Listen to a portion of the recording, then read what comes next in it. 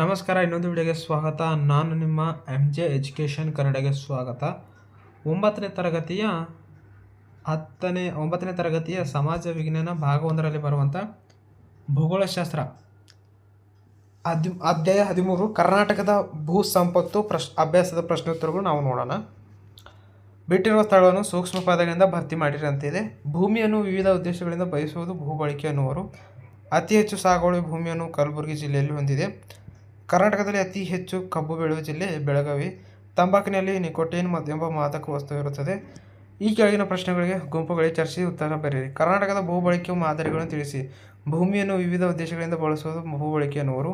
ಕರ್ನಾಟಕದ ಭೂಬಳಕೆಯನ್ನು ಮಾದರಿಗಳೆಂದಿದ್ದಾರೆ. ನಿವ್ವಳ ಸಾಗುವಳಿ ಭೂಮಿ, ಅರಣ್ಯದ ಪ್ರದೇಶಗಳು, ಸಾಗುವಳಿ ಲಭ್ಯವಿಲ್ಲ ಭೂಮಿ, ಸಾಗುವಳಿ ಮಾಡುವ ಇತರ ಭೂಮಿ, ಬೀಳು ಭೂಮಿ. ಕರ್ನಾಟಕದಲ್ಲಿ ವ್ಯವಸಾಯ ಪ್ರಾಮುಖ್ಯತೆಯನ್ನು ಕುರಿತು ಬರೆಯಿರಿ. ಕರ್ನಾಟಕದಲ್ಲಿ ವ್ಯವಸಾಯದ ಪ್ರಾಮುಖ್ಯತೆಗಳು. ಕರ್ನಾಟಕದ ಪುರಾತನ ಮೂಲ ವೃತ್ತಿಗಳು ವ್ಯವಸಾಯ ಬಂದು ಇದು ಕರ್ನಾಟಕದ ಮುಖ್ಯ ಜೀವನಾಧಾರಿತ ವೃತ್ತಿ. ನಮ್ಮ ರಾಜ್ಯದ ಆರ್ಥಿಕತೆಯನ್ನು ಬೆನ್ನೆಲುಬು. ಆರ್ಥಿಕ ಅಭಿವೃದ್ಧಿ ವ್ಯವಸಾಯವನ್ನು ಆಧರಿಸಿದೆ. ಜೀವನ ನಡೆಸಲು ಉದ್ಯೋಗವನ್ನು ನೀಡಿದೆ. ಜನರಿಗೆ ಆಹಾರ, ಕೈಗಾರಿಕೆ, ಕಚ್ಚಾ ವಸ್ತುಗಳು ಒದಗಿಸುತ್ತದೆ. ರಾಜ್ಯದ ಆದಾಯ ಮೂಲವಾಗಿದೆ. ವಿದೇಶಿ ವಿನಿಮಯ ಗಳಿಸಿಕೊಡುತ್ತದೆ. ಕಾಫಿ, ರೇಷ್ಮೆ, ಸಾಂಬಾರ ಪದಾರ್ಥಗಳು, ತಂಬಾಕು, ಹತ್ತಿ ಮುಂತಾದ ರಫ್ತುಗಳು, ಕೃಷಿ ಉತ್ಪನ್ನಗಳು. ತೃತೀಯ ವೃತ್ತಿಗಳಾದ ಸಾರಿಗೆ, ಬ್ಯಾಂಕಿಂಗ್ ವ್ಯವಸ್ಥೆ, ವಿಮೆ ಇತ್ಯಾದಿಗಳು ಪ್ರಗತಿಗೂ ಪೂರಕವಾಗಿರುತ್ತದೆ. ನೀರಾವರಿ ಬೇಸಾಯ ಎಂದರೇನು? ನೀರಾವರಿ ಬೇಸಾಯ ಬೆಳೆಗಳು ಹೆಸರಿಸಿ.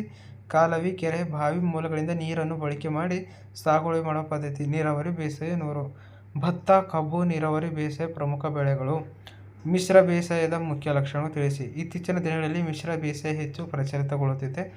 ಬೆಳೆ ಬೆಳೆಯುವುದರಿಂದ ಜೊತೆಯಲ್ಲಿ ಪಶು ಸಂಗೋಪನೆ, ರೇಷ್ಮೆ ಕೃಷಿ, ಕುರಿ ಸಾಕಾಣಿಕೆ, ಕೋಳಿ ಸಾಕಾಣಿಕೆ, ಜೇನು ಸಾಕಾಣಿಕೆ, ಮೀನುಗಾರಿಕೆ ಮುಂತಾದ ಉಪ ಕಸುಬುಗಳನ್ನು ನಿರ್ವಹಿಸುವುದು ಮಿಶ್ರ ಬೇಸಾಯದ ಮುಖ್ಯ ಲಕ್ಷಣವಾಗಿದೆ.